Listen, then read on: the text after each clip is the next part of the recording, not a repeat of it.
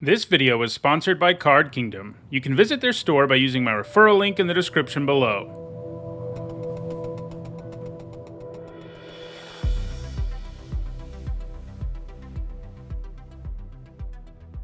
We had this as a first pick recently, and probably taking it again. I mean, it's just a great card, has synergy with the format. The fact that the format is low curve generally also makes it even better. I do think Unctus's Retrofitter is, I mean, maybe it's the only blue uncommon you can open and actually consider going into blue in the format.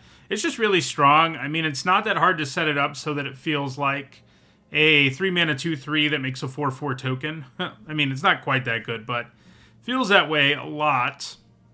Beyond that, we also have Volt Charge, which is great. And Ruthless Predation is quite good too. So those are the cards I'd feel reasonable about first picking. You know, the Hive Master and Troll aren't bad either, but we are going to take Bloated Contaminator. Okay. So Charforger is pretty strong, definitely worth considering, especially because this pack doesn't have that good of mono green cards.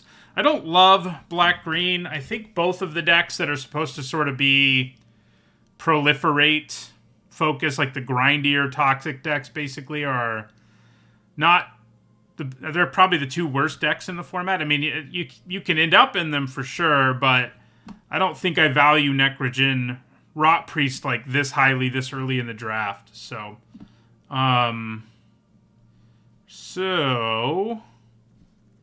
yeah, I mean, I think we're probably looking at Charforger versus Rot Priest. Basilica Shepherd's pretty good, too. Yeah, maybe I'll just go with the Shepherd. It's monocolored, and I think it's comparable enough. So Churning Reservoir, if you can get it going, like in the red-green deck, is quite strong. Venomous Brutalizer, you know, this thing, I mean, it's something you always play, of course, but it's been kind of disappointing for a card that is a 4-mana 4/4 Toxic 3 and has another ability. It's fine, but it's definitely not as good as I expected it would be. I'm sort of leaning towards Flensing Raptor here. You know, great with, you need toxic stuff, but we've already got two cards that involve it. And I do like the Reservoir, but like a lot of the oil payoffs, like, you don't really want to take it early and hope oil's open so much, because the probability of you playing it if you go that route is a lot lower. So I think we take the Raptor. It's just a great card. Maybe we're going to be green-white, toxic aggro. Okay, well, we have another reason to think about it here in Porcelain Zealot. Gives a huge stat boost to infect creatures. And it's definitely the best card in this pack. You know, there's lots of fine things here, like the Scamp, and the Watcher's not bad. But the Zealot, I think, is by far the best card in this pack anyway, so that's a pretty easy pick.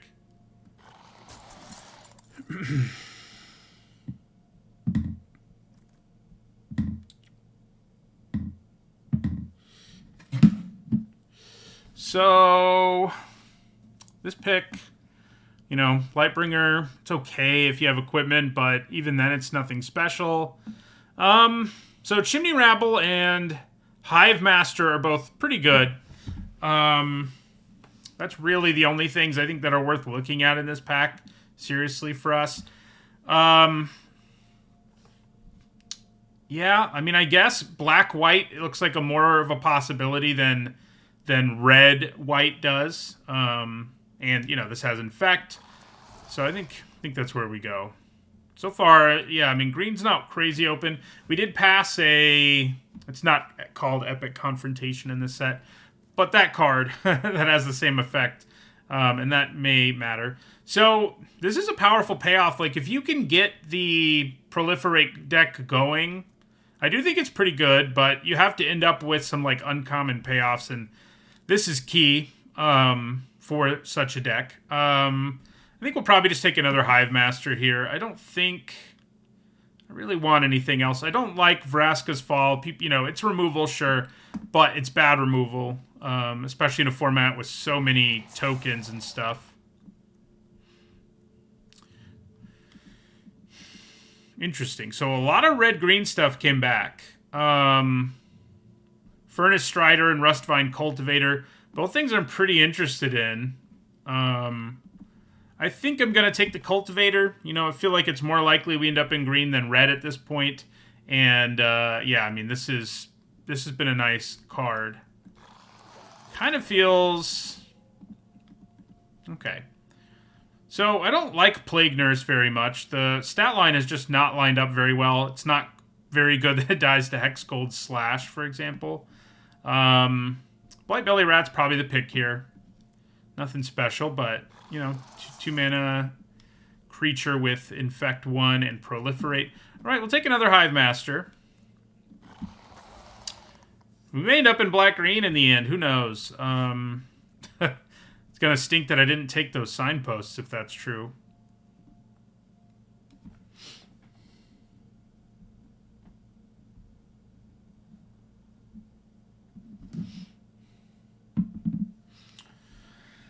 Glad that the afternoon weekday stream time works for some people.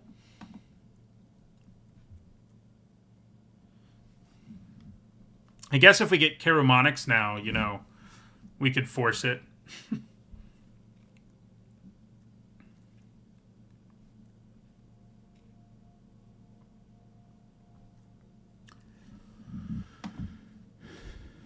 Been an interesting first pack in terms of signals. Like, we saw a bunch of good late red-green stuff in the one pack, but not really that much of it in the other.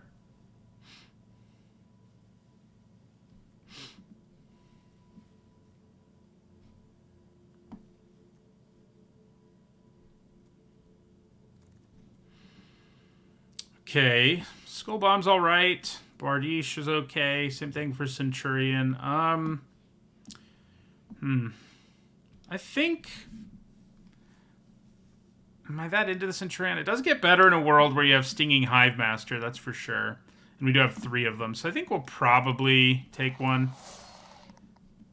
Alright, I mean, I don't hate the Grimnarch at the top of my curve. I think I like it a little more than a Spell Bomb.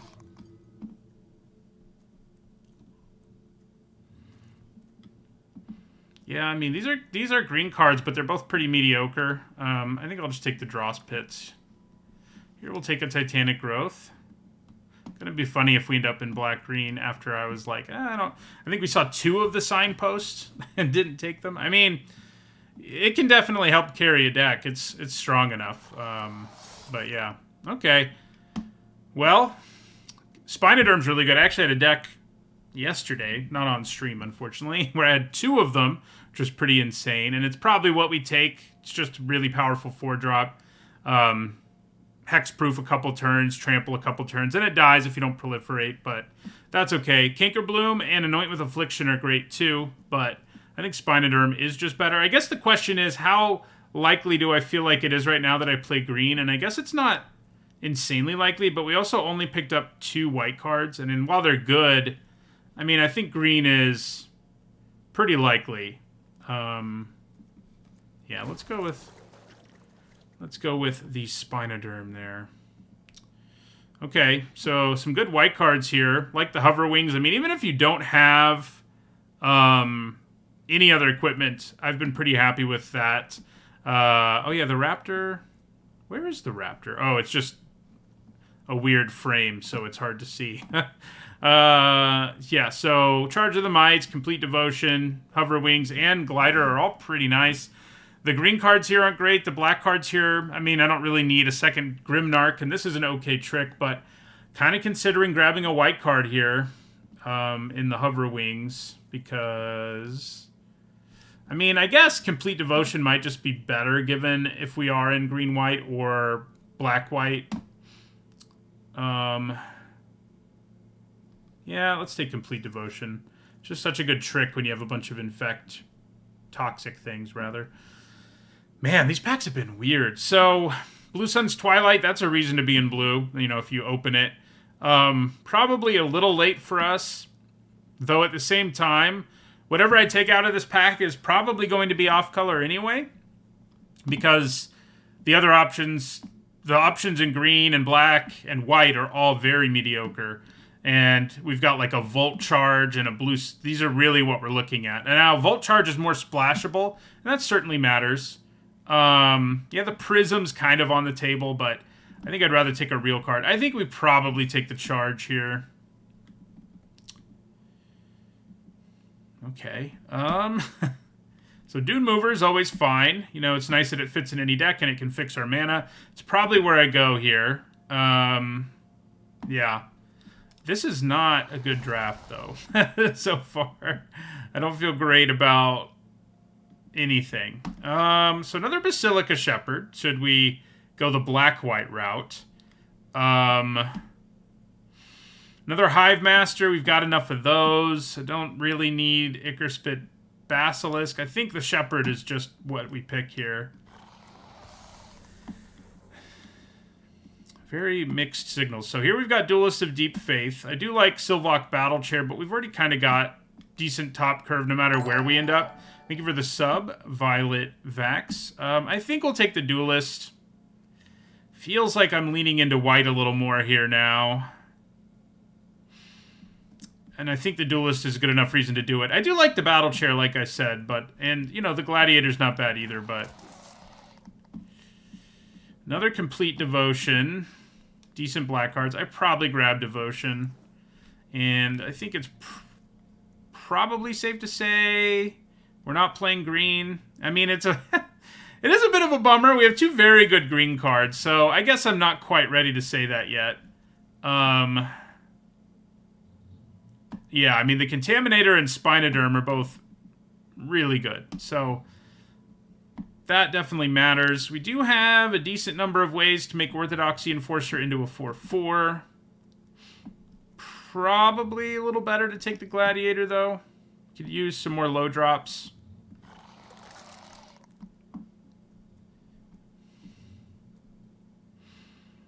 We are going to have to settle on two colors at some point. And it's not like our black cards are great, but the volume of them is definitely relevant. Here we'll take a Branch Blight Stalker. Like, yeah, I mean, maybe we're just supposed to be green-white. I mean, we'll be kind of low on playables, but our green and white cards are just way better than all of our black cards. Like, the Hive Master is our best black card. And sure, we have 3 of them, but, you know. I already have 2 Complete Devotions, so I think I just grab a Hunter Maze here. Yeah, now it's looking more like a little sketchy again to be in green-white, but hey, we'll take a Hazardous Blast. We'll take the white card here. The white card there.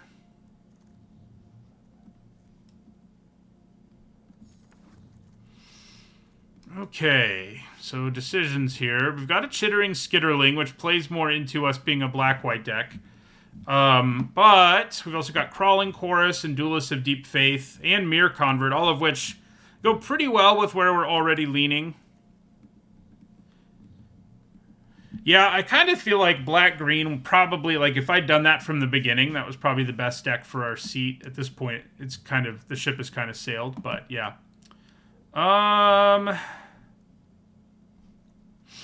Yeah, I think we're taking the Chorus or the Duelist. I think we could use a 1-drop with Toxic pretty badly. Okay. Don't really want Conduit of Worlds. I don't hate Swooping Lookout. It's been surprisingly good. It's definitely better if we have some ways to buff it. I mean, we've got the Zealot, which can do it. Predation Steward's okay. Same for Atrocity. Sort of leaning Lookout, though. Yeah. I mean, if we had more fixing, you know, Rebel Salvo's pretty awesome. But yeah. We are low on removal. It certainly matters.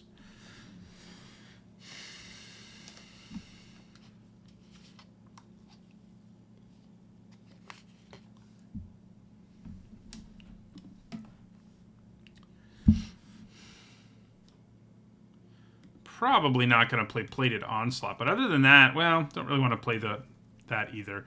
Everything else is fine, though. Okay. So we've got some artifacts. We can do some stuff with the Justiciar. Lattice Blade Mantis is pretty good, too. Mostly like Basilica Shepherd, I guess, is what would be triggering. And the Lookout.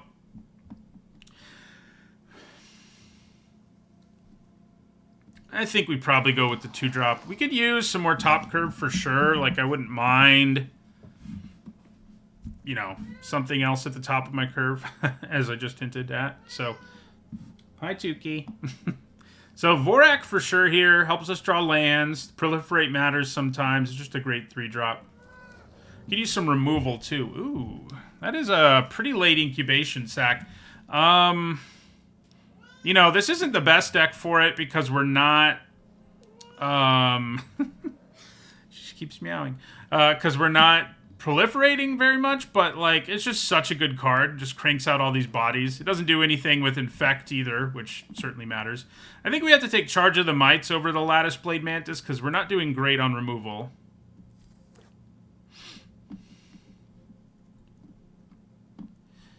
It's funny because, you know, we have a few cards that would be... definitely would be better in red-green, but, you know, they'll be okay here. Ooh, that's a nice late pickup to get our Signpost uncommon that buffs all our toxic things. Yes, please.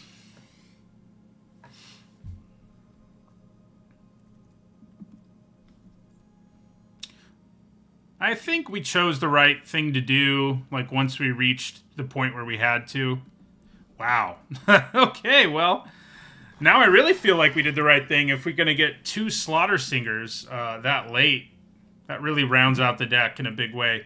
As much as I don't like Plague Nurse, I may actually end up playing one here. I mean, I don't think it's terrible or anything, but we could definitely use a little more in the way of Toxic, which the Atrocity will also help us with.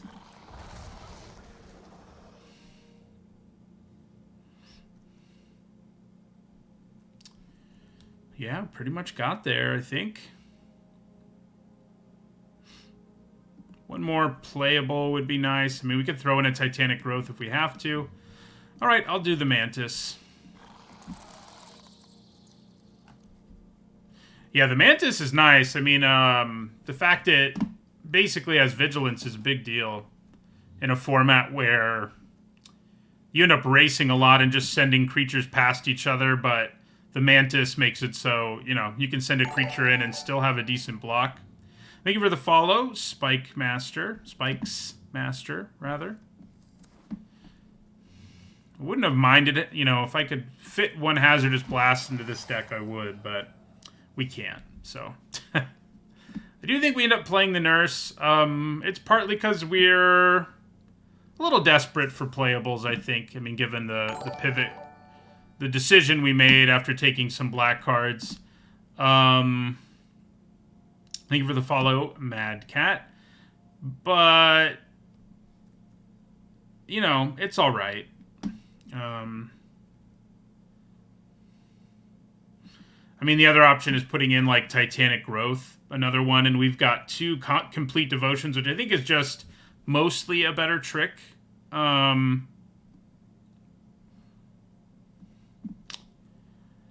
Plated Onslaught's a little interesting. I mean, we are going sort of wide, but it's... I don't think we put it in. Do we like the way this has my mana split? I guess we do. 9, 8. Yeah. All right. See how this thing does. I feel, you know, reasonably confident about it. I don't think it's, like, amazing. You know, having to run Plague Nurse is a good indication that it isn't. But but the 2 Signpost uncommons really made me feel better about things.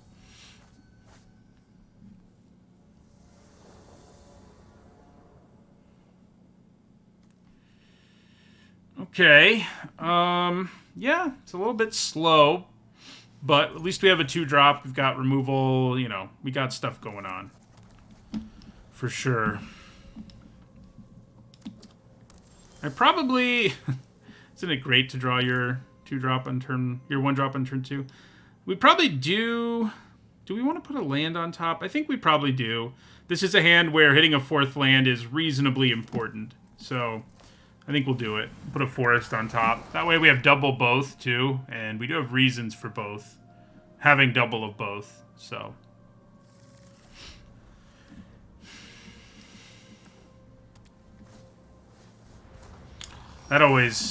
That's always a feel bad when you play your Dune Mover and your opponent plays Malcator's Watcher and it's like, yeah, I don't think I'm attacking into that. So I'm trying to decide if I want to leave up Charge of the Mites. That is one thing our deck, another thing it doesn't have that's kind of a problem is we don't have a lot of removal. And it is removal. But depending on what they do on their turn, Charge can be pretty spicy. Because I can make 2/1/1s. Like, if they just have an X1 in play still, it looks really good. Especially if I play Porcelain Zealot, which I guess would be the plan. But it's also, like, our only removal spell. So maybe I'm just supposed to play the Cultivator. I wonder if they're going to play an Unctus's Retrofitter. Let's hope not. Yeah, I mean, I think we do play the Cultivator and pass. I just can't use Charge of the Mites to make 1/1s in a situation where... Yeah, if they play Unctus's Retrofitter here, it's going to hurt. But because we held on to Charge of the Mites, it's not a problem we can't deal with. The reason it would be gross is they'd make this into a 4/4 and slam into us for 4. But on my turn, I can play the Zealot and attack with this as a 4/3. So it's not like we're completely helpless. Ugh. I do hate Atrax's Skitterfing, too. I think we still play Porcelain Zealot here. It's a little bit tempting to Charge of the Mites, the Skitterfing, but it's not going to do anything insane just yet. So I think we play the Zealot. The Zealot kind of becomes a must-kill for them at this point because... of its ability to buff things, but maybe they just double block it. I don't imagine they do, though.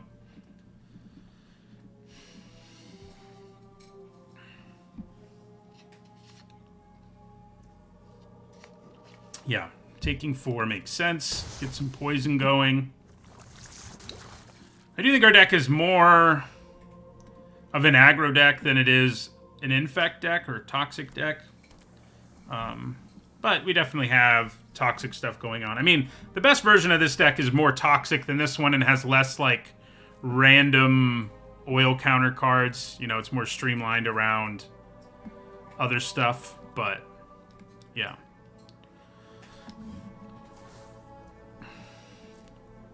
It's going to give itself flying or give the Watcher lifelink or nothing. None of it's that scary, really.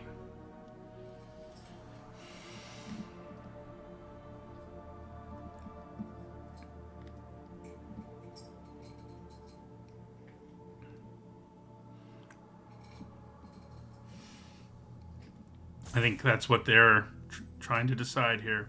They did remove a counter.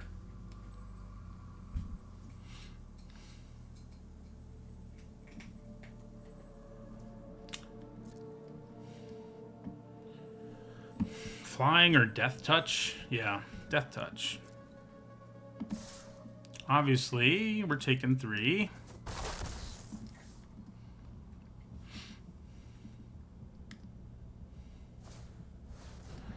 Yeah, that's obnoxious. We have pretty reasonable attacks even with that thing in play, but... March of the Machines, I mean, what we've seen so far looks pretty cool. Beyond that, I don't have a whole lot to say about it. I haven't gone super deep on it yet. I rarely do this early, so... okay. So... we could get a little tricky here and buff our Zealot instead.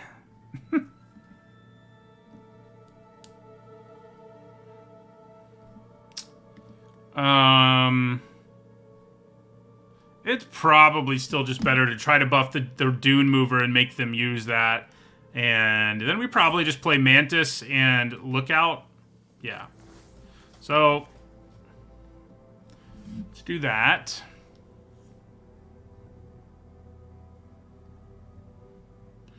They're going to tap it, most likely. Because attacking with it as a 2-1, like, it just isn't especially useful. But we still have a decent attack here. And then we play out a really big threat and an evasive creature that is quite good against Malcator's Watcher. So, it all works out, I think. Charge of the Might's still in our back pocket.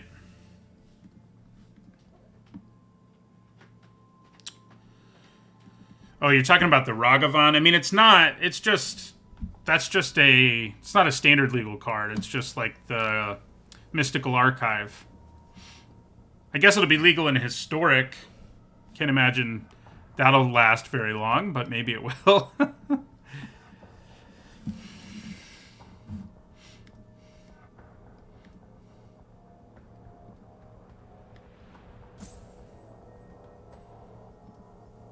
We can kill most stuff with Charge of the Mights.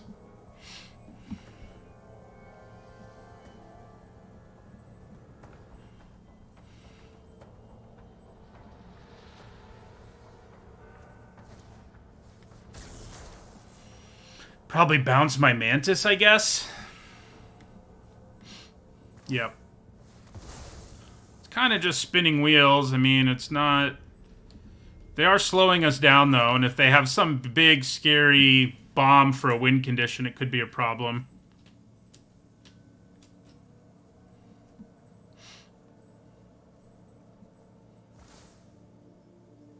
I don't really want them to proliferate anytime soon, I can tell you that much. Probably going to go lifelink now, yep.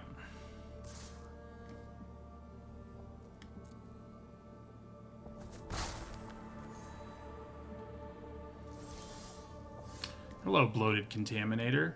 3, 4, 5, 6. We have 6 mana. So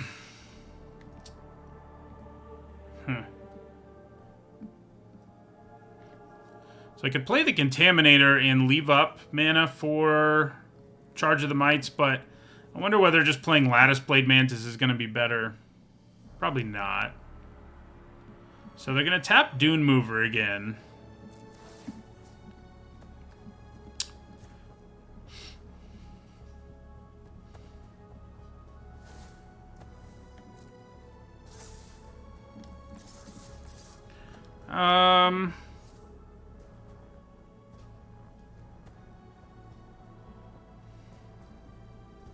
I don't think a card being good in Commander always means they're good anywhere. I'm just throwing that out there.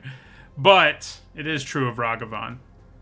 So if I want to leave up Charge of the Mights, I do need to not attack with the Cultivator, and I think that's an okay thing to do. So... yeah, let's just rumble with these two.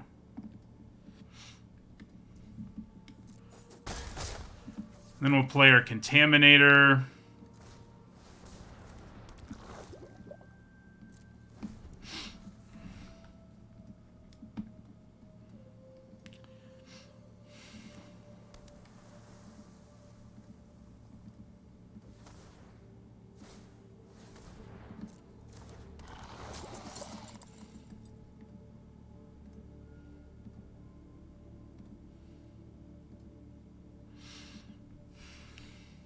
I think we still are going to put the buff on the Dune Mover, but now they're going to have to decide whether they want to tap down Contaminator.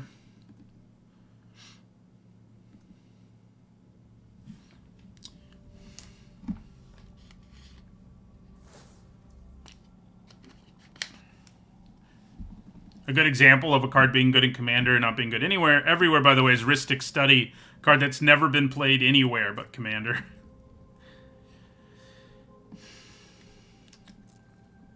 That's an interesting choice, but I guess they had nothing to gain from attacking on the ground. So it makes sense.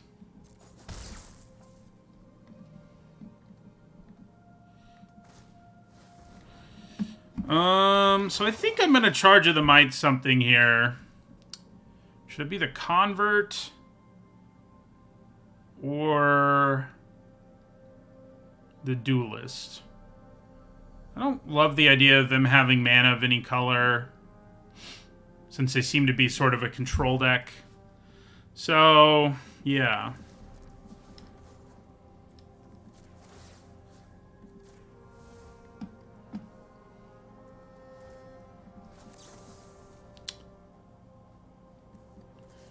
I could... Nah. Let's get rid of the convert.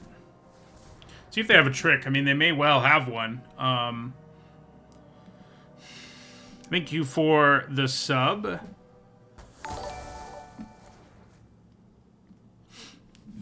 Cumulative Upkeep already is playable, by the way. They've printed cards with it that have it as a downside that are actually pretty good.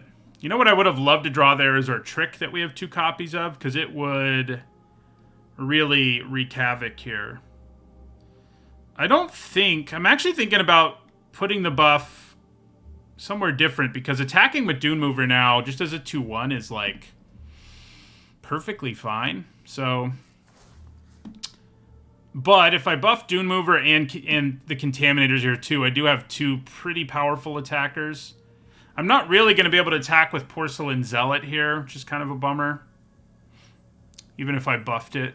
So, yeah, let's give it to Dune Mover. I would imagine they tap down Bloated Contaminator. No? Contaminator has Trample. But maybe they're like, I'm just going to kill that in combat, which they probably will. But, you know.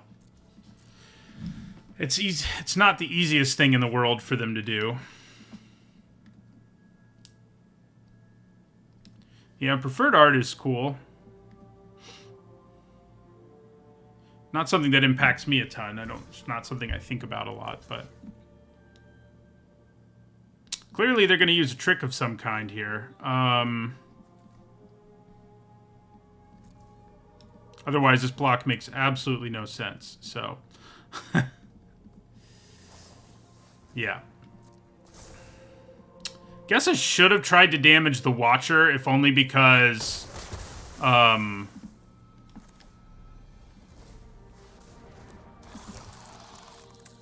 we know... I know I could have killed it, but we still trade 1 for 1, frankly, so it's not that much of a big deal. The only thing I'm worried about is they keep slowing this game down, and it makes me think they have, you know, either the white or blue Twilight, which are scary. They're still a little ways away from, I guess they're only 1 mana away from being able to snap off one of those. They are down to 1 more counter on the Immobilizer, which is nice. Yeah, the Wanderer, Kaya, yeah, any of those sorts of things. Insert Crazy Bomb in the format here. It's mostly been the Immobilizer that's kept us from really, you know, doing something significant here.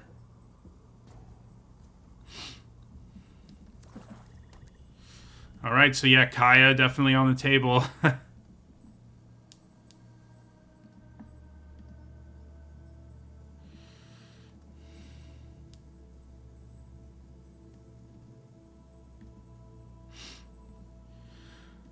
But I feel like if they had it, they would just, like, slam it at this point. Same with the Wanderer.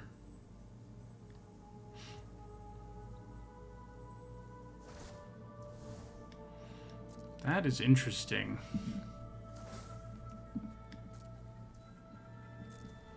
Why use that now?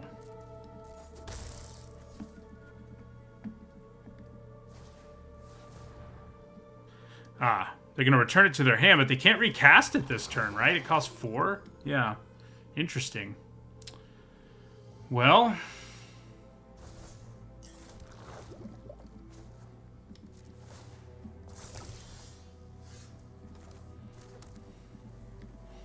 Okay. That means... we do the buff there. Attack with all 3 of these. Use the oil counter.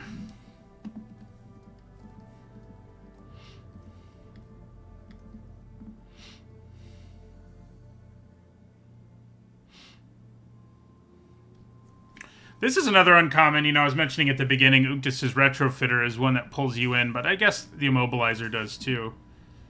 Yeah, we're fine with that. I mean, we lose our Mantis, but... And once they replay the Immobilizer, it's going to be a little bit annoying that we don't have additional threats, but...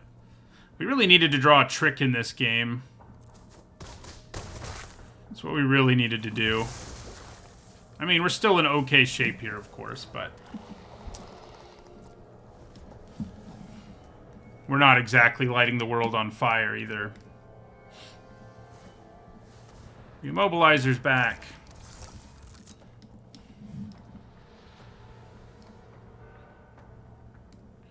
Wouldn't hate drawing our Blastoderm thing. It's called something else in this format, but, you know, the 4-mana 5/5 with Hexproof.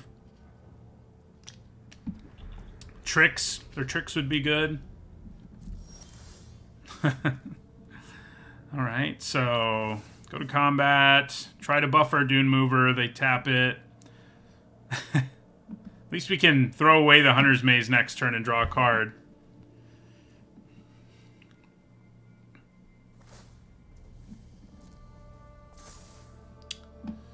Attack with Swooping Lookout.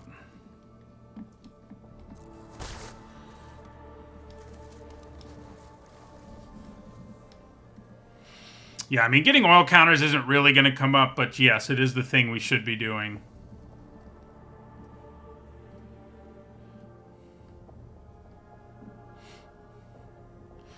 The 5-mana 3/3 flyer that makes a couple bodies would be really good because it would buff Justicar to be big enough. Justiciar to be big enough. Oh man, they're gonna gonna bounce something again. I don't know what. The Lookout maybe.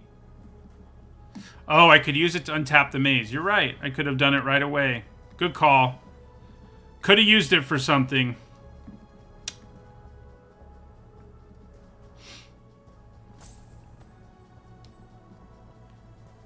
Definitely would have if I thought about it. Interesting. Okay.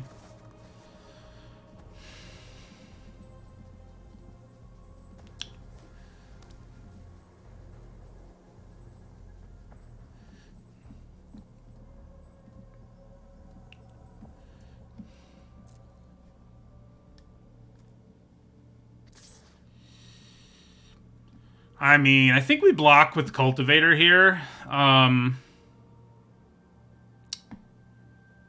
don't lose a whole lot if they kill it, and yeah, so...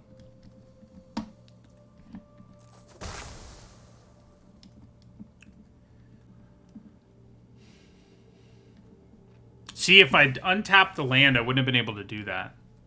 That was the plan all along. So they were just trying to bluff through some damage there. Ooh, that's a good one. All right. Well, not going to crack our land because we're just going to play a hasty 4/4. Which gives us 2 threats this turn, which is challenging for them to deal with because their actual creatures in play aren't exactly significant, and they've only got one thing to tap. It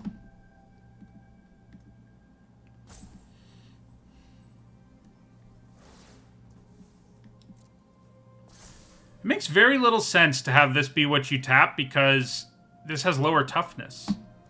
Like, you can just trade one, like, just block with that. So I don't know why that's the decision they made, but it is. Guessing they're going to double block the Atrocity. We would rather not let them draw a card, and we'd like to get rid of the only creature on the board that's keeping us from attacking even harder, so... Do not draw the bomb that is almost certainly in your deck. Please don't do it. Okay, they didn't. That was sort of a miserable game. It just sort of went on forever. We were slowly whittling away at our opponent, but we got there in the end.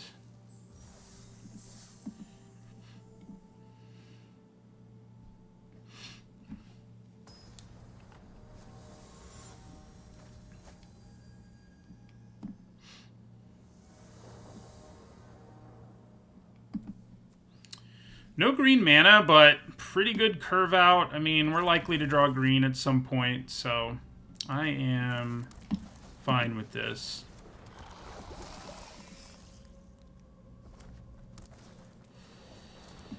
Well, that's annoying. Okay. We can at least put green on top of our library here. Yeah, how greedy am I? I can actually wait a turn to do it, and I think it's worth doing. Because attacking with the Justiciar is a 3-2 next turn. Seems reasonable.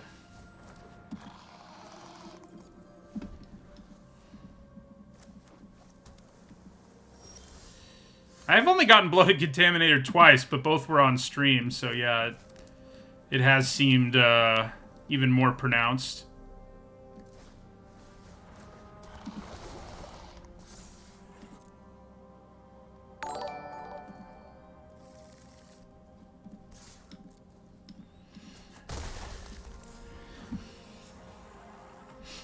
We can kill this at some point, but I'm not really at that point yet. Okay.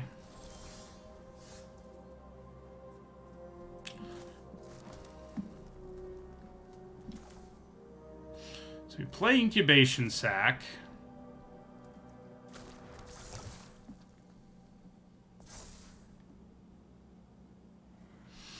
We are 1-0 right now, so not very deep. So I think we attack with the Justiciar. We have the option of the whole Charge of the Mites thing, make 2/1/1s, buff this up. So, yeah.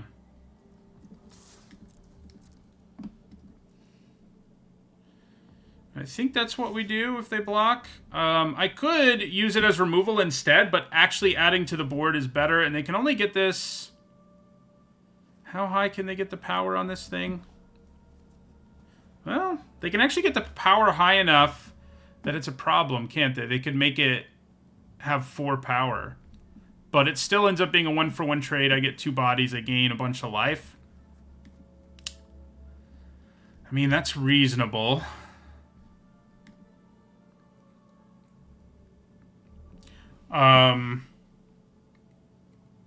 It's not like the 1/1s are that good here, though.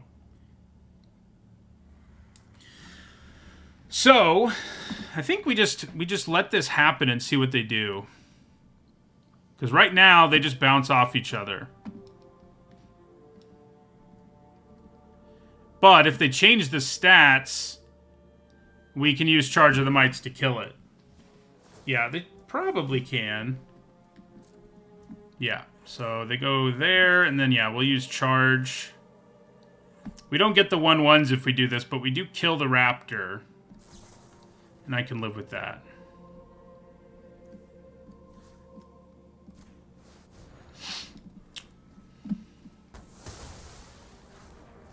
We can crank out a 3/3 every turn that will buff the Justiciar, so... that certainly matters.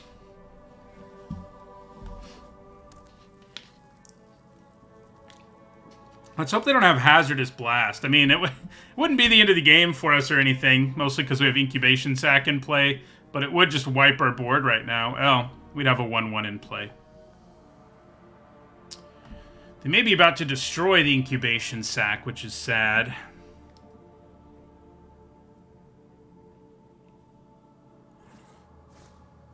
Nope, just a Chimney Rabble. I can live with that.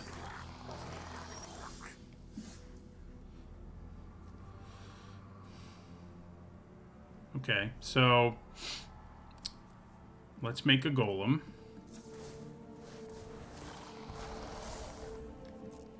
Offer up the trade.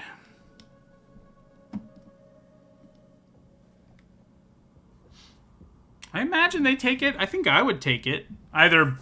Okay, no, they're just gonna let that happen. So... it was an interesting decision, because if we made the 1/1s, like you're saying, what would have happened is the Raptor and the Justiciar would have killed each other. Which we'd have 2 1/1s, and this would be dead. That would be the difference, but I think having this in play is slightly better. So, yeah, I mean, we had a couple options there. Do I want to make another golem, or do I want to play Plague Nurse? Making another golem still lets me attack. Like, at best, they can trade. So I kind of think I just make another golem.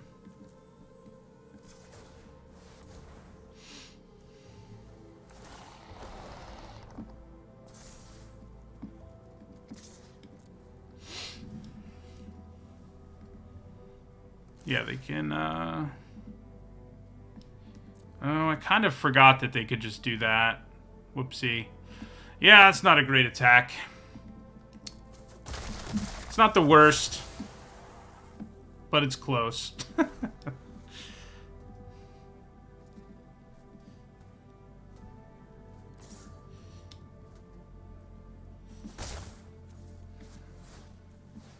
Man, yeah, Gitaxian Raptor, probably Blue's best common, and it is kind of a nuisance here. That's for sure. We're at 28, luckily.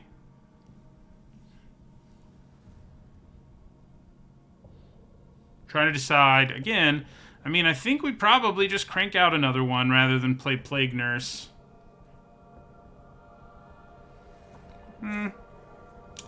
Actually, I guess the 3/4 body makes some sense here.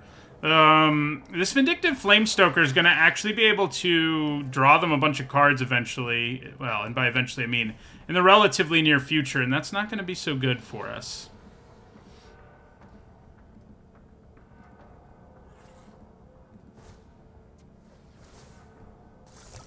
In the very, very near future, in fact, now that they played a Furnace Skull Bomb.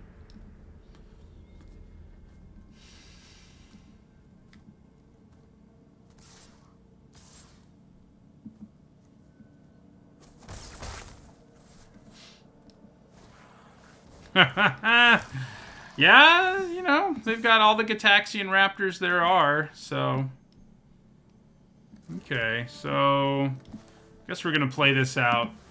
We really needed to draw some tricks early in this game. I mean, we've only got 2 of them, I guess, but drawing them would have been good.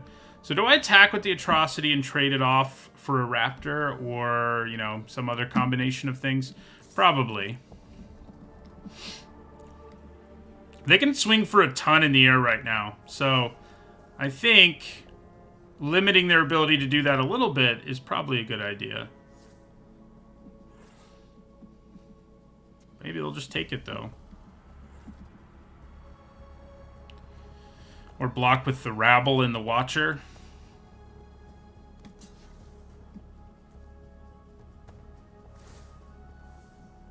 Yeah.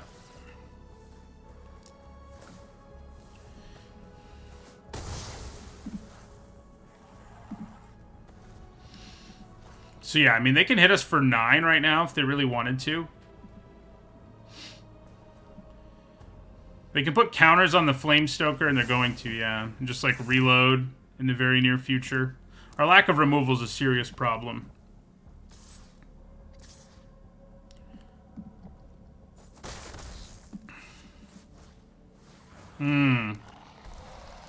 The Flyers just keep on coming.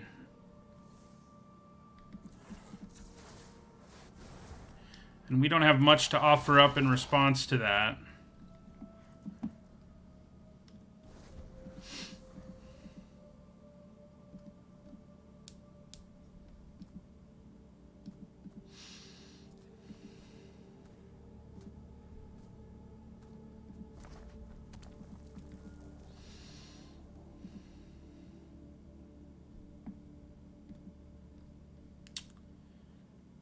Hex Gold Slash. Oh, no. Okay. We're almost definitely done now, because they get 2 Plague Nurses. If it weren't for Incubation Sac, we'd be in a lot of trouble, but...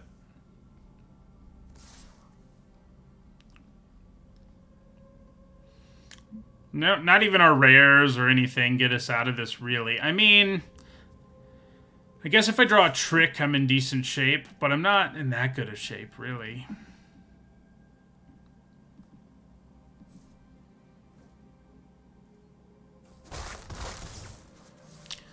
Still have a lot of life, but they can drop it in a hurry. I completely forgot we have multiple Slaughter Singers. Where have they been? You would have been very useful early. Now, not so much.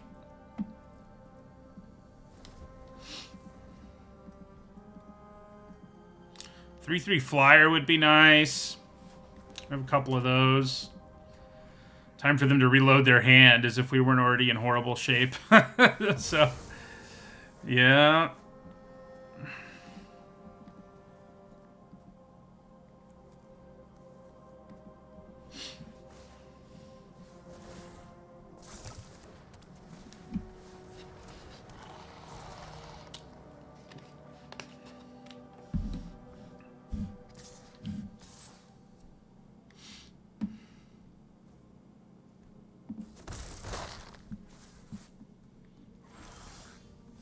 Hey, there's that thing.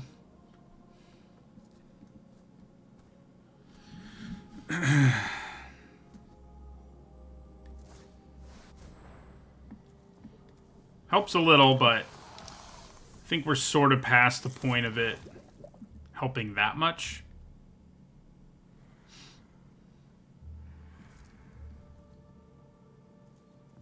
Especially because they'll put a counter on this and they can just bolt the Shepherd out of the sky, basically, now. Yeah. They'll just discard a real card, bolt the Shepherd out of the sky. They can attack us for 11 in the air.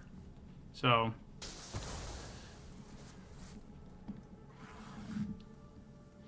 I'm sure that's what's going to happen. Well, they probably won't attack for 11 yet. They don't have a reason to do it just yet. Goodness. So they have 5 Gitaxian Raptors and now an Immobilizer. Yeah, the Raptor is, I mean, it's got to be the best blue common, which is kind of sad. I mean, it's a nice card, but it's sad for a best common.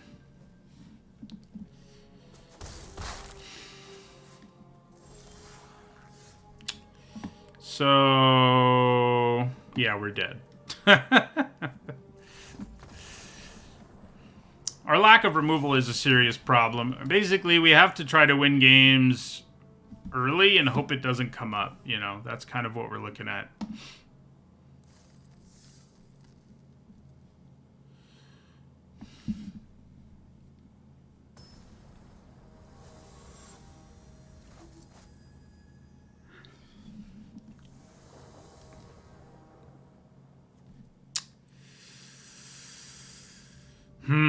I mean, I think it's a keep. It's not a great one. We're missing an entire color of mana, but if we draw a forest, it's fine. If we draw more white cards, it's fine. I mean, it's an okay hand.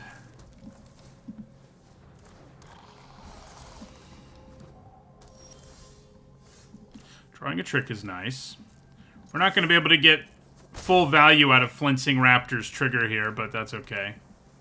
Just a couple of flyers early can sometimes get the job done. Hey, green mana. I may actually play the Vorak now. Although the Raptor does have Infect or Toxic, which our Devotion likes more, but we probably do just play the Vorak now. Do have to play this Forest first. Wow, we whiffed, and we don't even get to proliferate. I mean, we sort of do, but didn't actually do anything, so. Ah, yes, another Gitaxian Raptor. So, that does make attacking a pretty difficult ask here. Because they can double block on the Contagious Vorak, and that is not so good for us. Like, even if we use Complete Devotion, we get to 5/5. Well, I guess it would kill both. So it ends up being like a 2-for-2. No, it wouldn't kill both, because I only have to go to 2/3 on this. So I'd only be able to kill one. So probably better to just play Incubation Sac and our Raptor and pass. which is not good. It's starting to feel a little like our last game. The only good news is with the Raptor in play, I'm a little more willing to attack into this Raptor.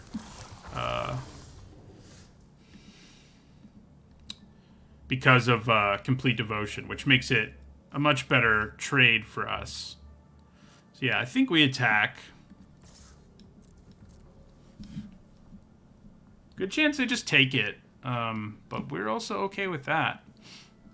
If that's what happens, we play Hunter Maze and then make a Golem. These do line up super well against our deck. I mean, they line up well against a lot of people, but I've never had so much trouble with the Gitaxian Raptor as I've been having in this game. In this draft, rather.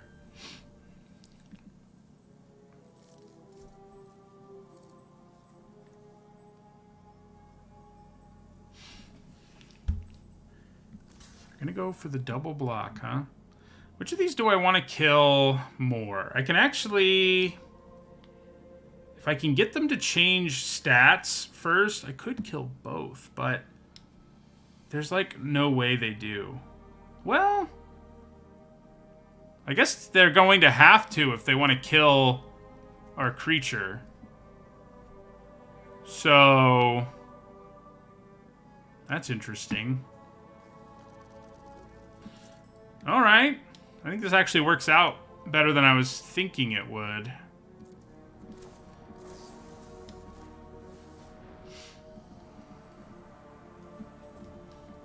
They probably just leave things as is and lose the Raptor. Because if they change stats... I mean, I guess they can kill my Raptor, but they have to lose both their creatures to do it, and we obviously come out ahead there. Okay. That's what they decided to do.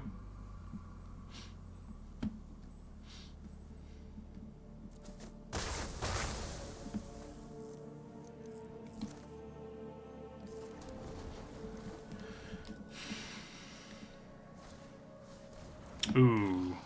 We do not want them to start proliferating.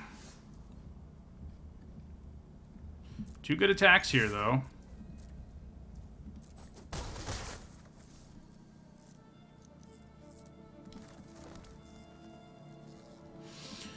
We're going to make a Golem. Hope they keep not drawing things. Well. Now we can disrupt a block if they set up a good block here, so that's nice.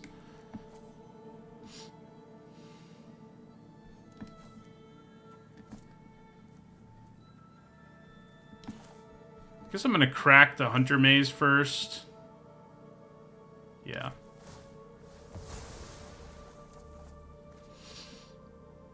Doesn't really do much for us here, so...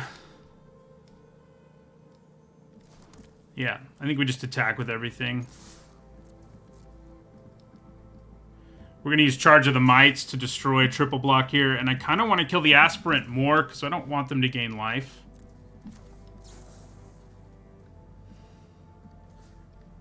Well, I'm going to end up killing two of them anyway, but, you know.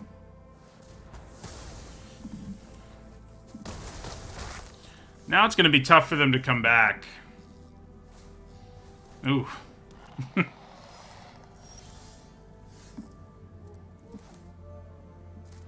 Yeah, it is tough if you're our opponent. They're stuck on 3, and we just keep slamming things into them. I think playing Basilica Shepherd and Slaughter Singer is going to be better here than making a Golem, obviously. They're dead every which way, basically.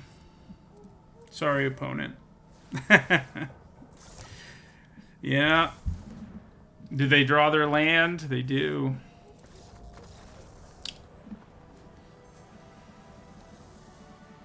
I do think they made a mistake with how they decided to block, but it was a tough block. Like, once I used Complete Devotion there, it was like, no matter what they did, it wasn't a very good situation. So, I mean, the option was just let your 1/4 die, and I think that probably was better. But then I would have still had my 2/2, but I don't know. We don't know what they had in their hand exactly, I suppose.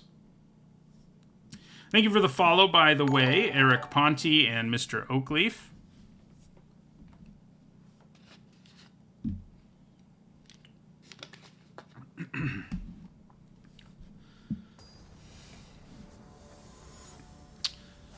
Well, yeah, when people... I mean, it's frustrating. I don't really blame people that much when they start emoting when they're frustrated. Like, you know, I don't do it. I rage internally more than externally, but I also don't, you know, it is frustrating. So there's a good curve out. Top 10 reasons why Tika's Dragon is the best card ever. Yeah, I mean... Alright, so obviously we attack. Evolving Adaptive is bad news. It becomes big very, very quickly. I think we play the Stalker because it's more likely to be able to attack next turn than the Justiciar is. Okay, I don't know what's going to happen here. A trick of some kind is certainly a possibility. I wouldn't hate having my own trick. But, you know.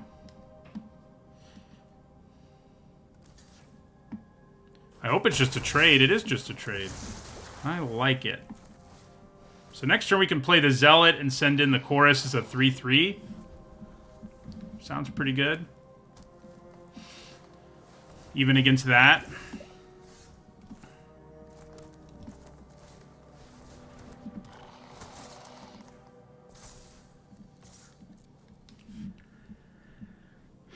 They're going to block, but that means I can send a Might in as a 3/3 next turn, so not exactly heartbreaking.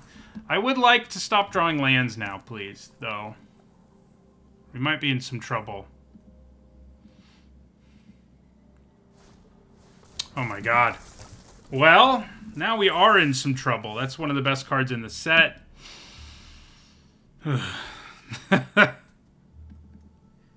Good old Miglos.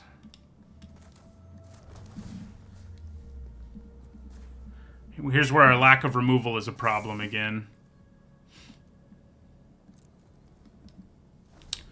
So far, I think the format...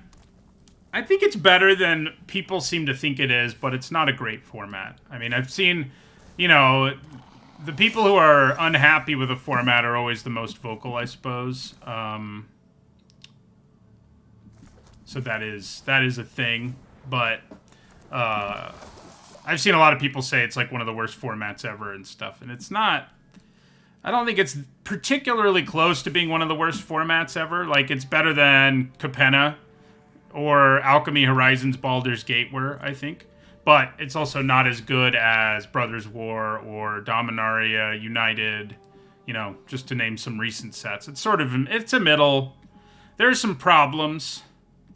Yeah, definitely better than AFR 2. Yeah, I mean, that's...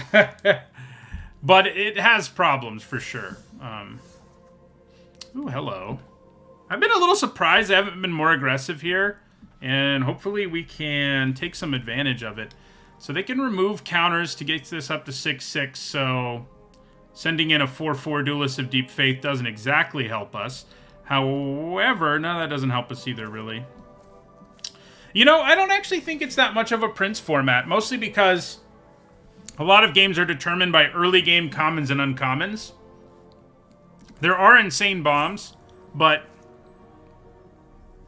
I don't feel like games are actually determined by them that often. I think Ikoria is an overrated limited format. Every time I talk about the fact that I don't like it that much, I'm surprised at how many people do like it. I wouldn't mind them removing these oil counters to destroy our Justiciar, but they're not going to. I'm sort of trying to coax them into that. I guess they don't have the mana anyway.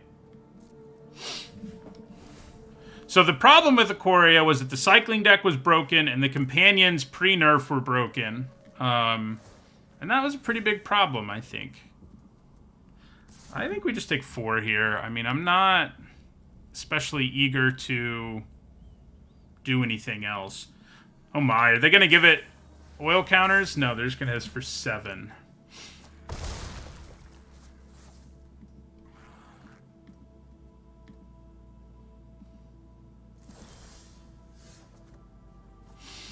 Incubation Sac is nice. Another card that may entice them to kill our...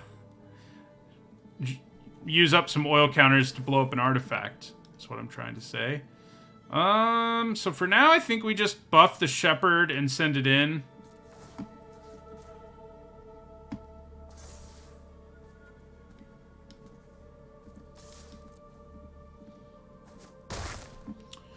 Then we'll play Incubation Sac.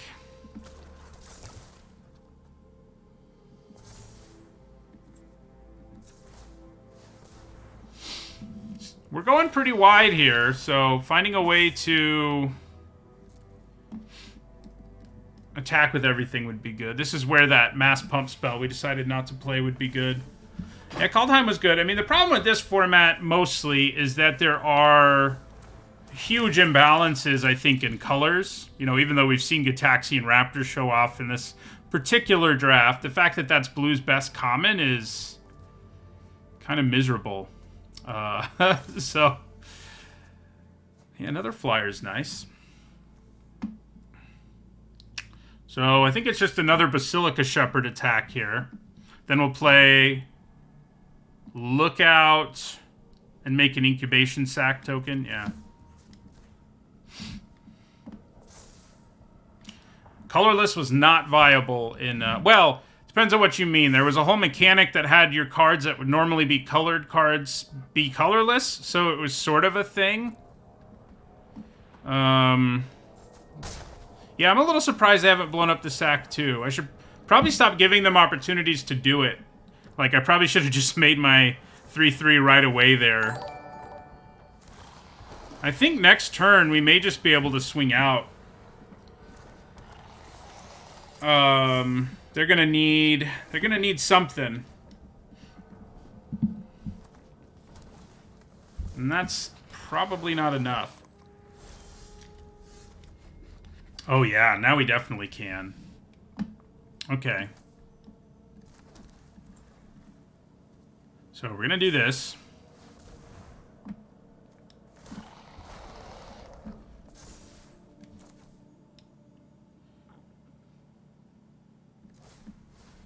And we play Flensing Raptor. And we buff Duelist of Deep Faith, give it flying. And then also buff it with Porcelain Zealot to make it a 5-power creature. And swing with everything. They have 1 card in their hand. They're taking 8 in the air. They have 5 blockers. They can destroy 1 artifact, but it's not enough. It's not enough to not be dead here.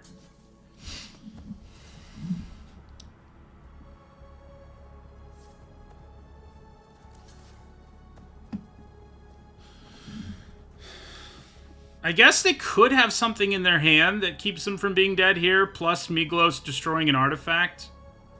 That would suck.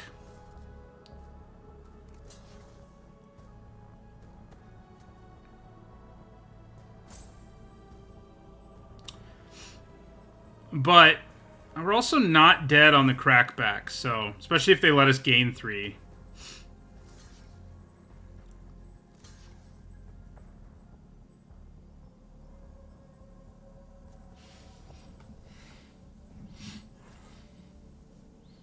Yeah, they need something other than destroying 1 artifact here.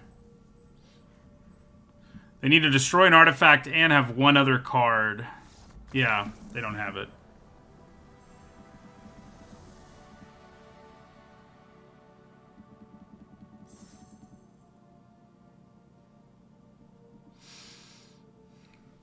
I do like the colorless symbol cost thing that they did in Battle for Zendikar.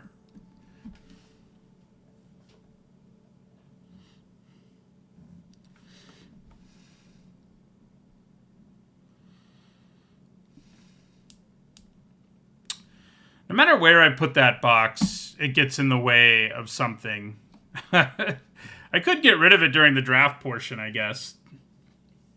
That might just be the best option.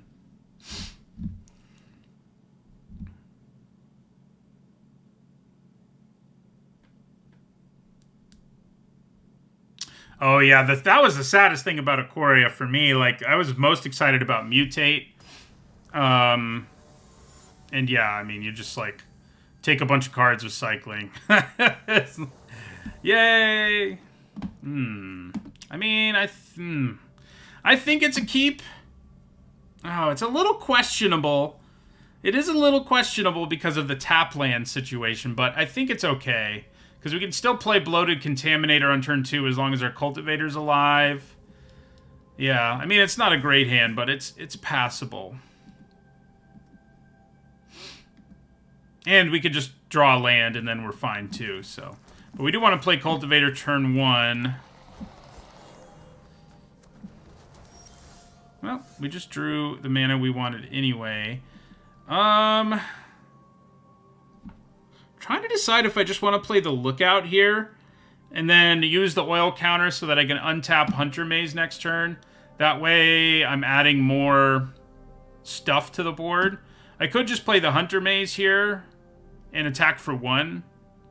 But I think adding more to the board is probably where I should be leaning. So that means I play the Plains. I guess I could have tried to do Evolved Spinoderm next turn if I draw a land, but that is an if, so, you know.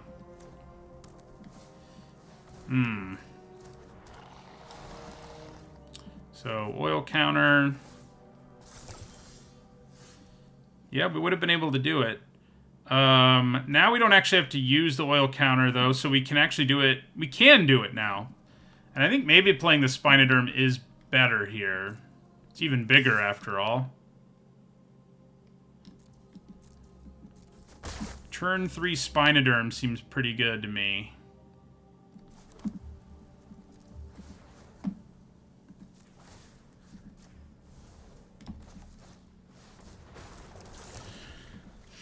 Sup? 5/5 hexproof on turn 3.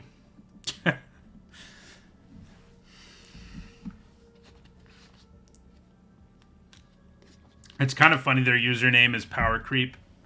And we just played like a very power crept version of Blastoderm.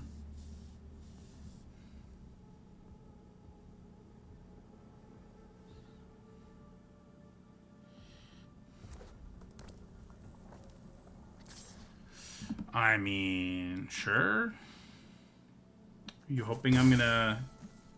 I don't know what you're hoping. Okay. So, we'll attack with Spinoderm and Lookout, and then I think we just play Bloated Contaminator, which they're going to be like really back-to-back huge green rare creatures. And I'm going to be like, yes, that is what I did.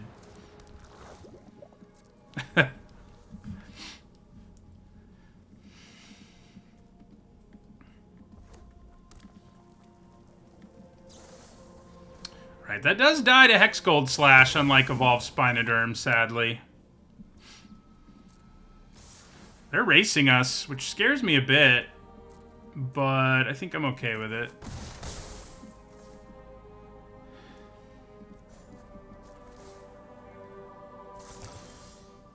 This no longer has Hexproof, it now has Trample.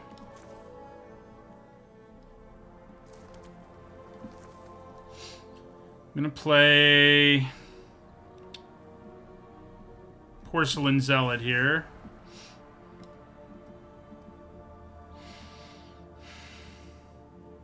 I think I probably buff the Lookout. Just because if they kill Spinoderm, which there's a few ways they could. Oh, or they'll do that. Okay. So, the problem we have, potentially, in the very near future, is... this Spinoderm is gonna die. I think I probably just try to play Dune Mover here instead of attacking for 1. Yeah. So let's attack for 6. Use up this oil counter. We are not going to put a land on top, but an additional body is useful.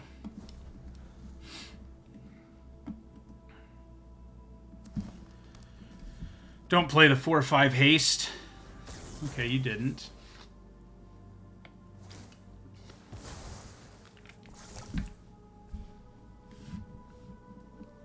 We are green-white aggro. Not the best version of it ever, but I think we're 3-1.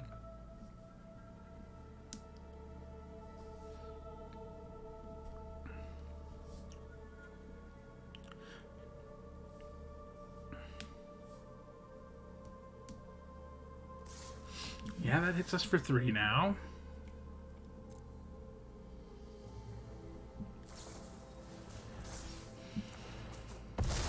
Are they? No, they're not quite dead. Let's see if we can find our trick. Ah, now they are dead. Oh, no, yeah, they're tapped out. So they can't kill anything. That was a good draw. Spinoderm got there for us before it died. Good job, Spinoderm. You only had 1 turn left.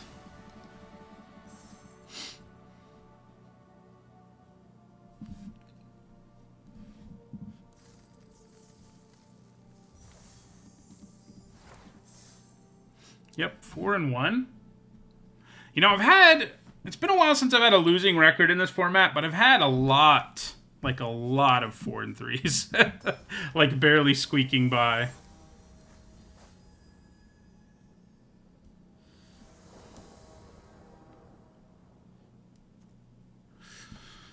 Ooh, this is a nice one. It does beg the interesting question of whether I actually want to play Rustvine Cultivator on turn 1. I guess I probably still... Oh, I don't have the option. So never mind. There's no question. Still a keep, but... Because we go Cultivator, Slinger, Singer, Raptor. Like, that's a great start. This will be our most poisony start yet, I think.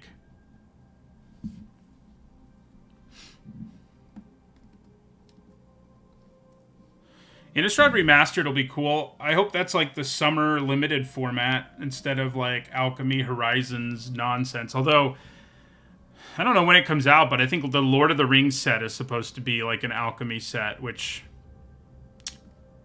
I don't know how I feel about that, but we'll deal with that when it happens.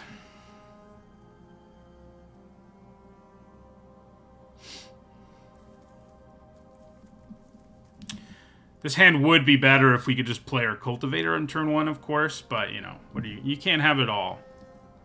You can't have it all. Hope our Slaughter Singer gets to live. That's my biggest hope here. Because things will get silly in a hurry if it does.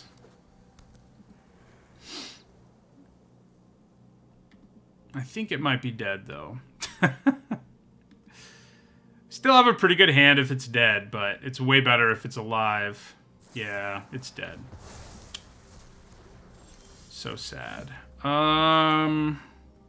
Okay.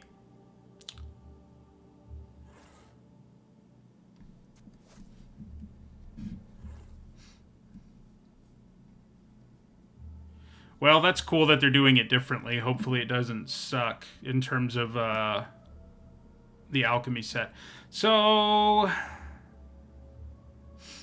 I guess I still play the Raptor here. I'm thinking trying to think if I wanted to play Justiciar and Cultivator first, but I think playing the Raptor's fine. Would it have been way better if I got to hit them for 3 and poison them? Sure, but can't have it all, as I've already said. Okay. Okay, so we can actually... This is pretty nice, because I can set up now being able to play the Atrocity next turn. So let's play the Justiciar. And we'll put a land on top with Dune Mover.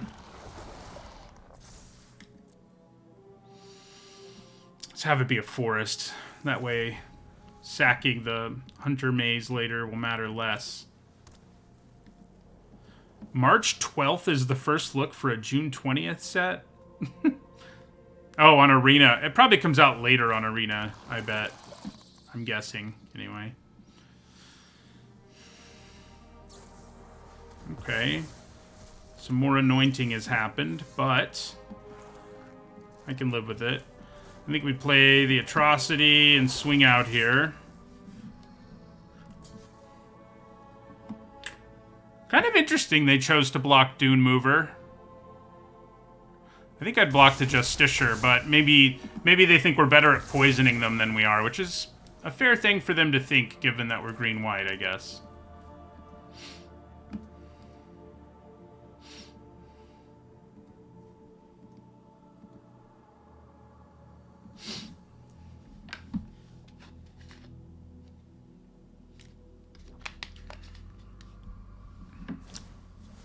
Oh, man.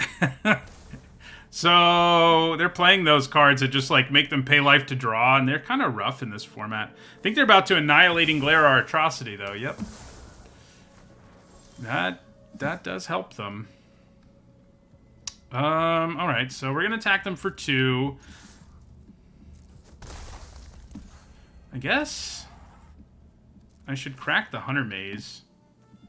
I can still play both of these, so no matter what I draw.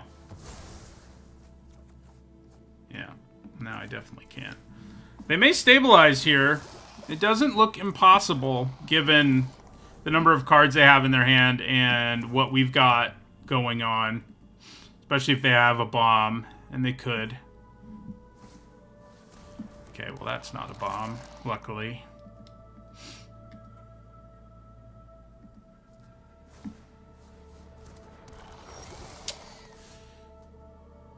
That doesn't do us much good, though, either.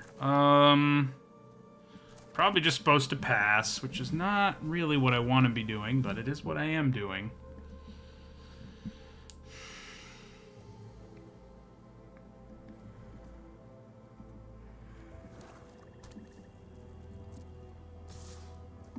I will take 2.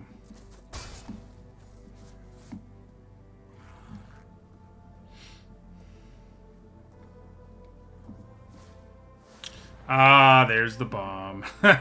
We do hold on to a 1-1, though, so it's kind of interesting. Not that interesting, though. Yep, they're going to end up stabilizing, and all their card draw likely found them their bomb. May as well attack, because I can't block.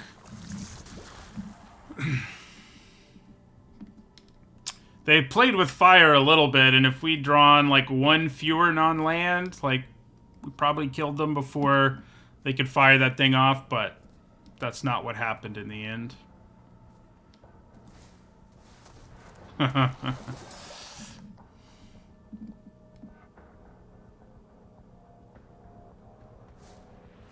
So they get us up to 7 poison here, and we're dead to poison next turn. Yep, that doesn't really stop them. So, the 2 games we've lost so far have both been lost. 1 to White Sun's Twilight, and 1 to Blue Sun's Twilight. So that's interesting. I was like, it's not really a Prince format, and I don't think it is.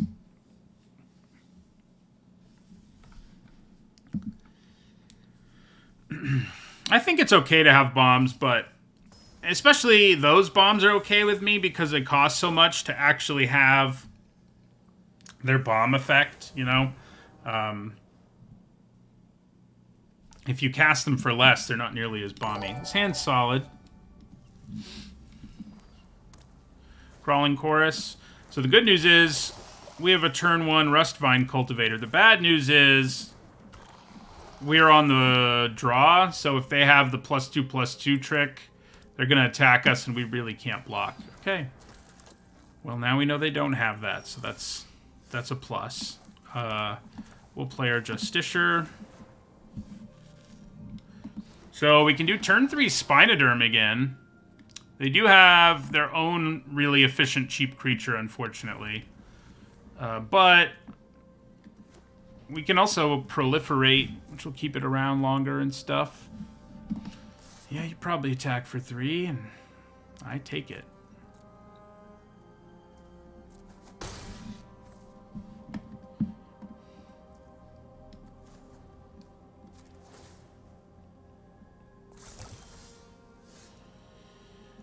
Okay.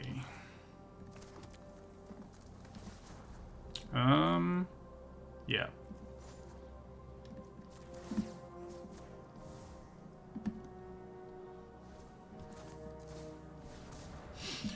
Turn 3 Spinoderm. Can you get it done again? Let's find out.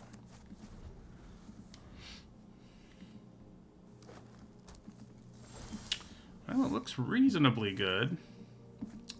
I mean, I think there's a pretty good chance they have removal or a trick or something, but let's make them use it. So, yeah, let's just do that.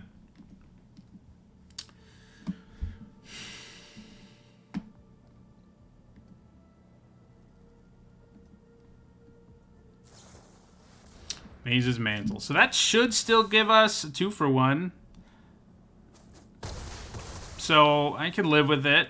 How greedy am I? I mean, I think I'm pretty greedy. So let's put an oil counter here. Play the Vorak. We don't really want to land, so you know, I'm going to get some value out of Proliferate here. Decline. Man, double Slaughter Singers, of course. Of course there's double Slaughter Singers there. So this will be a 4-3 attacker this turn, thanks to the Basilica Shepherd. Hopefully that continues to be a pretty good attacker. It's a reasonable enough one, yeah.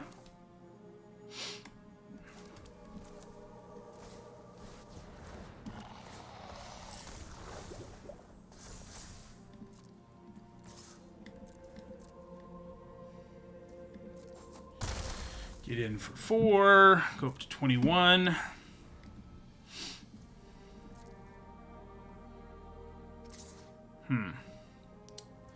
I sort of feel like I have to take it. It's just so bad to try to block when you're completely tapped out in this format. The bad news is we may end up turning on their corrupted cards, but I think we still take it.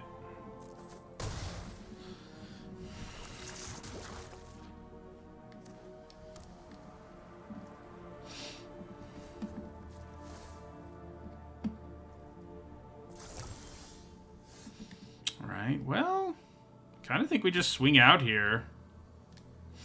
Yep, that's what I'm going to do.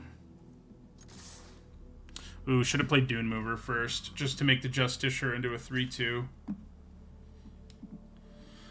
I would much rather them use a trick on a block than I would on an attack, so, yeah.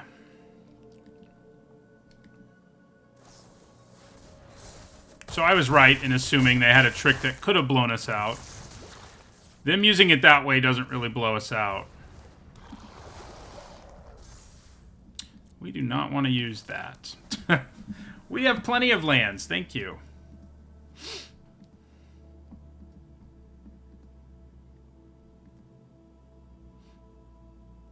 Killing our flyer wouldn't be great. And they do. And probably attack us for... No, maybe they don't attack us. They probably can't. Oh, they can with the chorus. G-Dorfer, I don't know why you keep saying I should have shuffled. It's not like I had anything on the bottom of my library that I didn't want there, for sure. Shuffling wouldn't have had any real impact. Give me a real card. Ooh, that's a very real one. Thank you.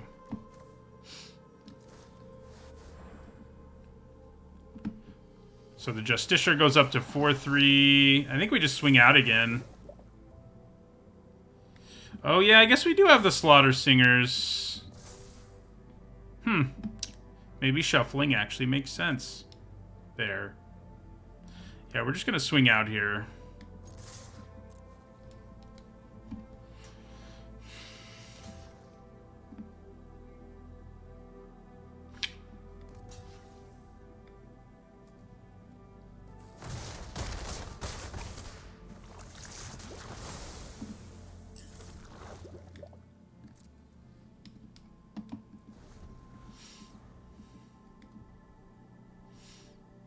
Man, more removal for another Basilica Shepherd? Yep. We still get there, though, yeah. That's why they said good game.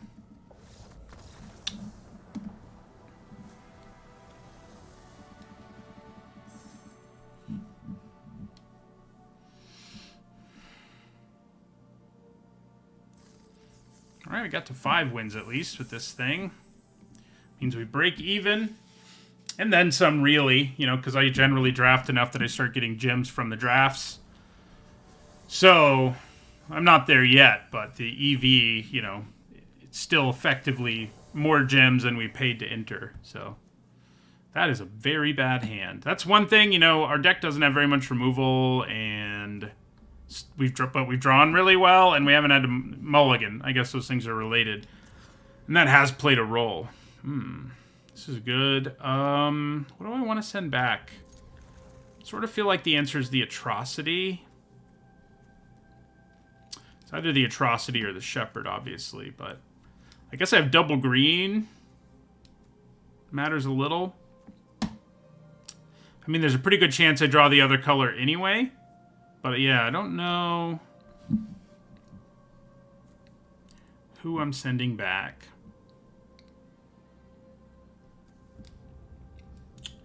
I mean, I think the Shepherd's a better card. But boy, it's going to be frustrating if I don't draw double white. I'm going to be like, okay, we did it. We did it. We'll be okay. We don't have another play till turn 4, which I don't love.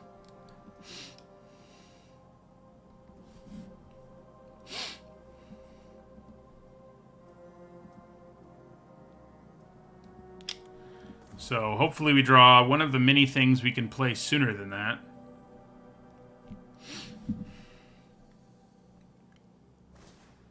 Oh no. Well, there's that Plague Nurse. Definitely the worst card in our deck. So hurts a little bit to draw when I'm desperate for something to play earlier. So Skrell's Hive can be tough to beat. It sort of has this inevitable effect where our opponent eventually gets lifelink. So the life they pay doesn't really matter. The good news is Swooping Lookout can block the mites, but the bad news is our opponent could have a bunch of different tricks. Okay, we did draw something we can play.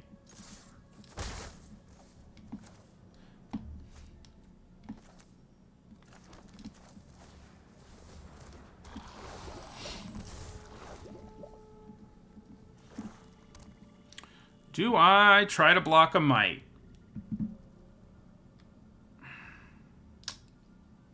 I don't know if I do. God, I hate this format. I mean, people were asking earlier if I liked it or whatever, but the fact that you just can't block in so many situations is rough. If they only attack with the Dune Mover, I'm definitely not blocking anyway, so that part is nice. If I can play Zealot here and attack with this as a 5/3, I'm going to be pretty happy. Ooh. Well, that just got a lot less good. Wonder if playing Plague Nurse is actually the better option now. Because a 3/4, I mean, I'm going to be put in a situation now where I kind of have to block. I could still play the Zealot and send in the Lookout as a 2/3. I could play it, attack with a 5/3 Branch Blight Stalker. But Chimney Rabble can just trade for it. Yeah, I think we actually play Plague Nurse now. Kind of hope that its ability to block is effective enough.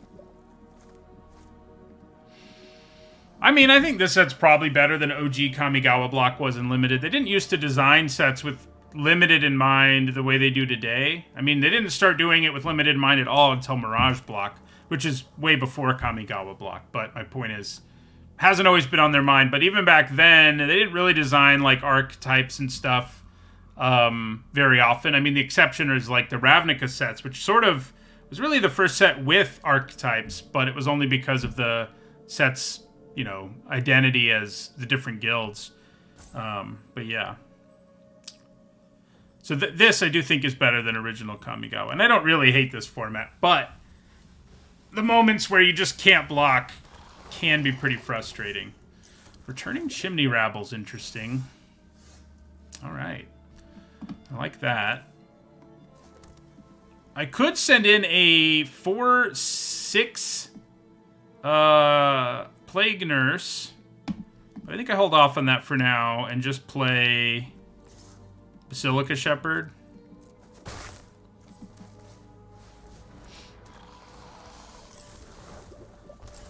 So they're 2 poison away from getting lifelink, and they're about to sort of get there.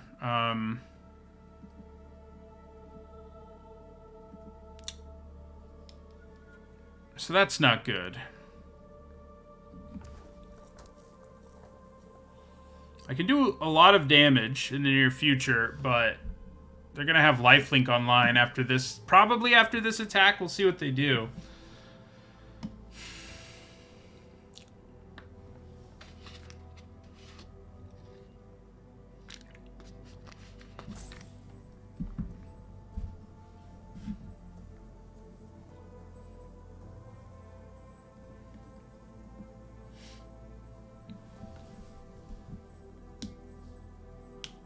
Which have I done that were really nice formats? I mean, the recent formats that have been great and that I loved are Strixhaven, Dominaria United,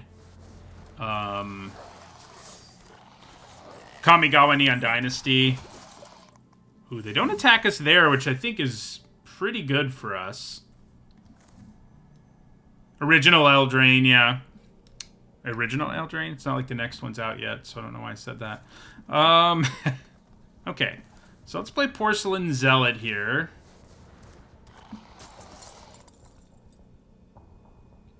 Do I buff Plague Nurse and attack? I mean, they have reasonable blocks if I do that. So I'm not sure it's awesome. Because like a 4/6, they could just double block with these. Yeah, so probably better to just buff one of the flyers for now. Get in for 5, drops them to 7. Play a Dune Mover. We do not put a land on top. So they're going to go to 6 here. And they don't have lifelink until after they attack us.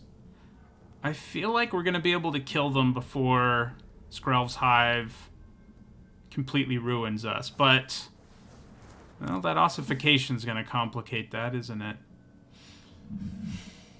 They have 1, 2, 3, 4, 5, 6 blockers. They're at 6. You really gonna kill my Plague Nurse? Yeah, kill the Plague Nurse. Do it. I'm all about you killing my Plague Nurse. Okay. I mean, they can do a lot of damage here, but it's not enough to kill us. And we know their hand's empty. They have... Well, their hand's not empty. So that matters. I was thinking it was for some reason. 5, 7, 10, 12. I'd probably just take it. It's probably our best bet here. All their creatures that can block that would have lifelink will be tapped. So... Not too... No, don't do that. Don't leave back a creature.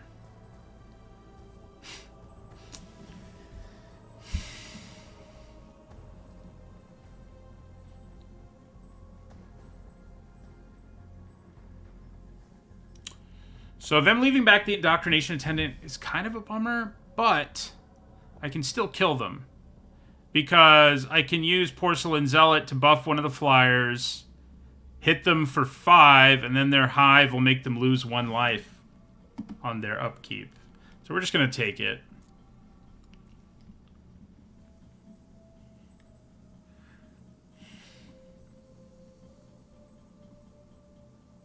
It's a little bit risky, but... Because if they have removal or whatever, we're in some trouble. Oh, I did forget about First Strike. Luckily, it wasn't enough to give them lifelink. If it had been, that would have been very bad. All right, it's going to come down to whether this trigger goes the way we want it to or not. And whether they have removal. I think they might. Otherwise, I would have just taken it, right? Or maybe they're really frustrated and they lose 1 life from their Skrell's Hive on their upkeep. Oh, it was close. Remember to keep first strike in mind when you're looking at Corrupted. Luckily, it didn't bite us, but... So this deck has gotten to 6 wins. I mean, there has been some variance that has definitely been on our side. But the deck in the end, you know, it looked like it was going to be pretty mediocre for a while. And then in the last pack really bailed it out.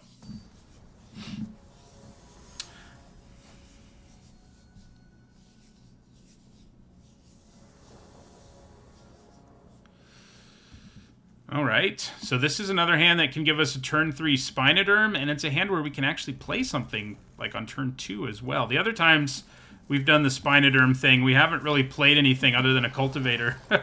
So, that's nice. That is not.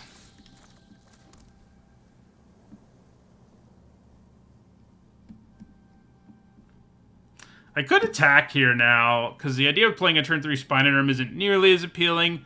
But because we have Charge of Mites, I mean, I think we probably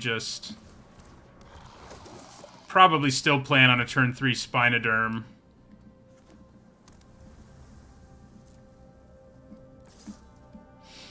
Yeah, we'll take 1. We are poisoned. Let's hope they don't have counter magic. They're tapped out now, so it doesn't matter. So they're a proliferate deck, and when you get the pieces, which are all uncommon, that deck is pretty spicy.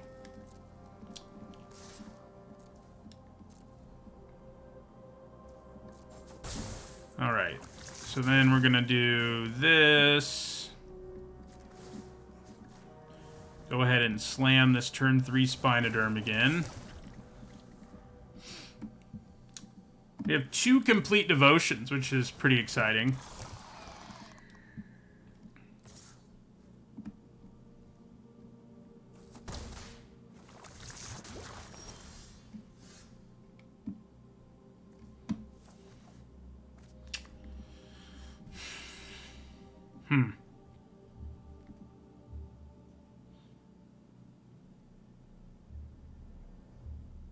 So I could Charge of the Mites, the Skull Dweller. I think it's... I mean, obviously it's better to attack first, because then I can get a huge blowout. Well, only if they double block, I guess. And there's no reason they're going to. So, I may as well use Charge of the Mites now. Yeah. To kill the Death Toucher.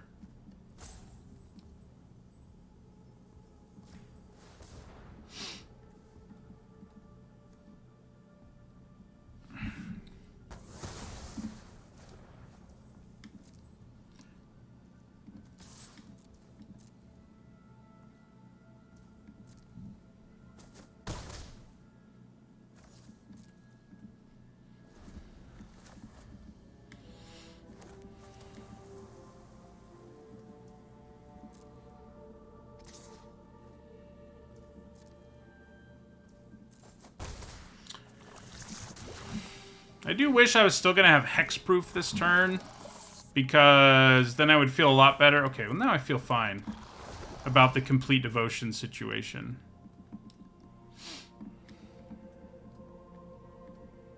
I think we'll attack with Spinoderm and Duelist.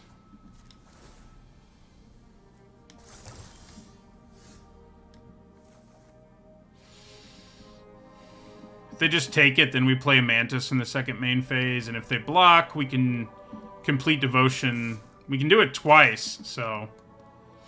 I mean, this is... this has trample right now, so +4/+4 is no small thing.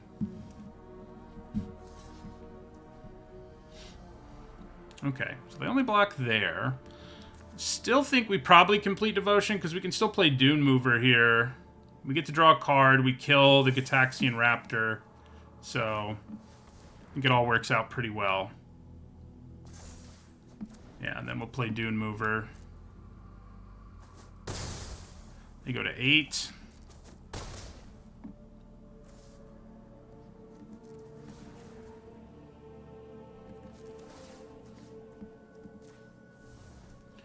We'll play a Dune Mover and put a Plains on top.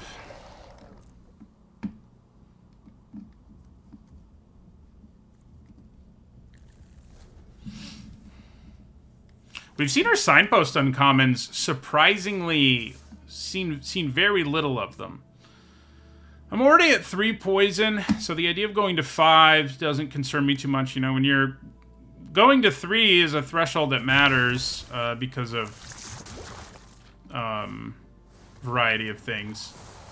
But going to 4, 6, whatever, is what we ended up at, is a lot less of a big deal.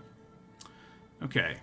So I think we swing with all 3 of these.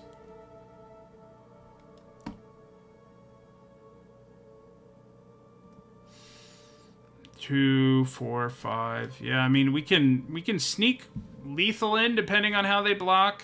And we're not dead on the backswing, so yeah. Do I leave back Rustvine Cultivator?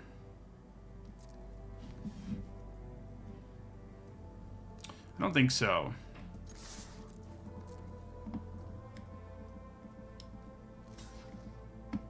Yep, that's going to let us sneak lethal in. I had a feeling they'd block this way because the Spinoderm is about to die anyway. So, but this does let us do exactly lethal to them. Did not think this deck would get to 7 wins, even after the last pack, like, bailed it out. So I'm pretty happy we did. You know, I thought 5 wins was going to be, like, a pretty realistic outcome. And, as I've said, there was some pro-us variance in this draft, but I am happy to get to 7 wins with it.